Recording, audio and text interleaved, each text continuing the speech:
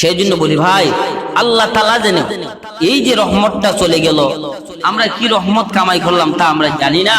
তবে এখন যে মাগফিরাত আসছে, আমরা বেশি বেশি আল্লাহর কাছে তওবা করি। কারণ আল্লাহর কাছে চাই, আল্লাহ জীবনে বহু গুনাহ করেছি, জীবনে বহু অন্যায় করেছি, অপরাধ করেছি, আল্লাহ বুঝি নাই। আল্লাহ যতই গুনাহ করি, অন্যায় করে, অপরাধ করি, বান্দা কিন্তু আপনার। ও আল্লাহ, আমি ফিরে আসছি, আমি সমস্ত গুনাহ নিয়ে শর্মিন্দা হয়ে গেছি, লজ্জিত হয়ে গেছি।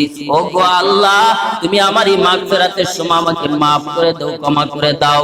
আল্লাহর মতো এত দয়ালু দুনিয়াতে পাইবা না। একবার ডাক দিলে আল্লাহ 70 বার শুনে।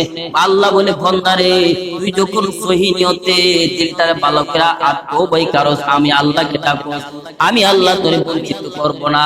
ও বান্দা, তুমি মাগফিরাতের সময় বেশি বেশি তওবা করো, নিয়তটা বালা, আমি আল্লাহ তোমার অন্তরের খবর জানি। নিয়তের কারণে আমি আল্লাহ তাআলা তোমার সব গুনাহ মাফ করে দিলাম। এই জন্য বাবা, এটা মাগফিরাতের দিনগুলি চলে যাচ্ছে, বেশি বেশি আল্লাহর কাছে তওবা করি, আল্লাহর কাছে গুনাহ নিয়ে শর্মিন্দা হয়ে যায়, আল্লাহর কাছে ডাকি। কারণ আল্লাহ ছাড়া আমাদের কেউ নাই।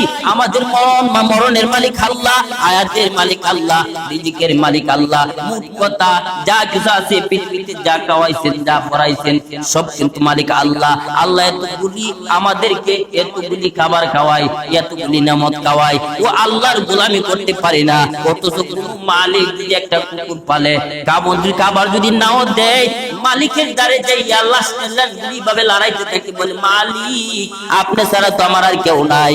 মালিকের যখন কুকুরে খাবার দেয়, তখন এই কুকুর মালিকের জন্য জীবন দিতে প্রস্তুত হইয়া যায়। ইনি জাম দুনিয়া আকাশ জমিনে মিলে এতগুলি নিয়ামত আল্লাহ আপনি আমাদেরকে দিয়েছেন, খাবার দিয়েছেন, এতগুলি এতগুলি এতগুলি নিয়ামত, এতগুলি সবকিছু আমরা ভোগ করি। ওই মালিকের জন্য আমরা জীবন দিতে পারি না, একটা মাস রোজা রাখতে পারি না, 5 ওয়াক্ত নামাজ পড়তে পারি না, তাহলে আমাদের মতো আপনার মতো কপাল পোড়াইয়া আল্লাহর জমিন হতে পারে না।